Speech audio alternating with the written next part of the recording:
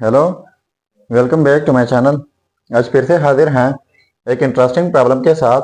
और यह है 3 power x plus 3 power x is equal to 30। इसमें एक्स अननोन है। एक्स को फाइंड आउट कर लेते हैं कि एक्स की क्या कीमत है। चलिए स्टार्ट कर लेते हैं। देखो, 3 power x plus 3 power x ये 2 टाइम्स है, तो लिख लेते हैं 2 times 3 power x is equal to 30। अब यहाँ से 2 ख़त्म कर लेता हूँ।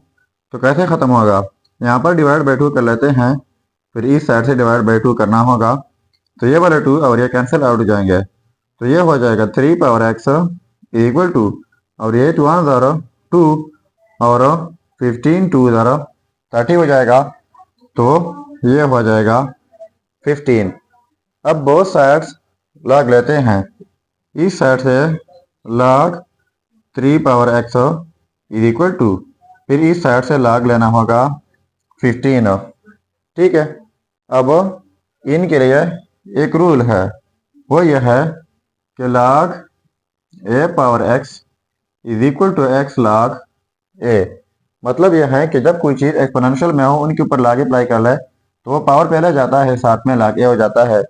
तो यहाँ पर भी एक्स पावर में है, तो ये एक्स पहले आकर साथ में log 3 हो जाएगा इज इक्वल टू log, यहाँ पर 15 है तो 15 की जगह लिख लेते हैं 3 क्रॉस 5।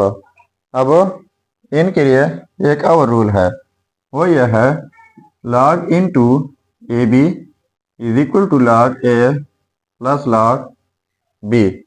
इसका मतलब यह है कि जब कोई दो नंबर प्रोडक्ट में हो, उनके ऊपर log अप्लाई कर ले तो फिर इस तरीके से स्प्लिट किया जाता है log A plus log B. अब यहाँ पर दो नंबर है, log अप्लाई कर लेते हैं। So X log 3 is equal to, अब ये हो जाएगा log 3 प्लस log 5। ठीक है। अब बोथ साइड्स डिवाइड कर लेते हैं log 3 से। इस साइड से डिवाइड बाई log 3, फिर इस साइड से डिवाइड करना होगा log 3 से। ठीक है। अब ये log 3 और ये कैंसिल आउट जाएंगे, तो यहाँ पर जस्ट रह जाएगा x इज इक्वल टू, अब इस log 3 को स्प्लिट कर लेते हैं, तो ये हो जाएगा log 3 divide by log 3 plus log 5 divide by log 3, तो ये भी कैंसिल आउट जाएंगे।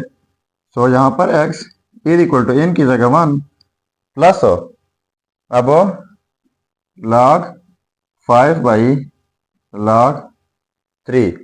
अब इनके लिए एक और रूल है, यहाँ पर लिख लेता हूँ, वो यह है कि log to the base A argument b is equal to log b by log a। मतलब यह है कि log to the base A argument b हो तो यही log बेस के साथ अलग लिखा जाता है, आर्गुमेंट के साथ अलग, बीच में डिवीजन आ जाती है। तो हमारा क्वेश्चन कुछ इस सूरत में मौजूद है, इसी सूरत में हम लिख सकते हैं। तो ये हो जाएगा x is equal to 1 plus, अब पहले a की log लिख लेते हैं। अब ये log 3 डिवीजन में है, यानी log a, तो a बेस की जगह है, तो यहाँ पर 3 बेस की जगह आ जाएगा। अब log 5 यानी log b, तो b आर्गुमेंट की जगह है, तो यहाँ पर 5 भी आर्गुमेंट की जगह आ जाएगा। तो यह रहा हमारा फाइनल रिजल्ट। अब अगर इसी रिजल्ट को हम चेक करना चाहें कि वाकई ये रिजल्ट ठीक है या गलत, तो यहाँ पर मेन प्रॉब्लम में x की जगह ये रिजल्ट पुट करके अगर ये 30 के इक्वल आता है तो ये रिजल्ट ठीक होगा। चलिए अब चेक कर लेते हैं। अब देखो, ये रहा हमारा रिजल्ट। अब चेक कर लेते हैं। तो देखो 3 पावर x, तो x की जगह 1 plus log to the base 3 argument 5 plus 3 power x की जगह 1 plus log to the base 3 argument 5 is equal to 30। अब ये 2 टाइम्स हैं, तो लिख लेते हैं 2 times dot 3 power 1 plus log to the base 3 argument 5 is equal to 30। अब इनके लिए हमारे पास एक रूल है, वो यह है कि x power A dot x power B is equal to x power A plus B. मतलब यह है कि जब same basis for different power हो, बीच में प्रोडक्ट हो, तो इस सूरत में कि बेस लिखा जाता है और इनका पावर ऐड किया जाता है। तो क्वेश्चन कुछ इस सूरत में मौजूद है, इस तरीके से इनको स्प्लिट कर लेते हैं।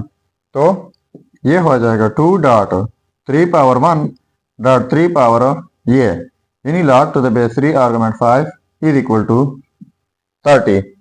फिर से एक ही बेस लिखकर ये पावर ऐड करके इस तरीके से वापस वही ऊपर वाला स्टेप बन जाएगा।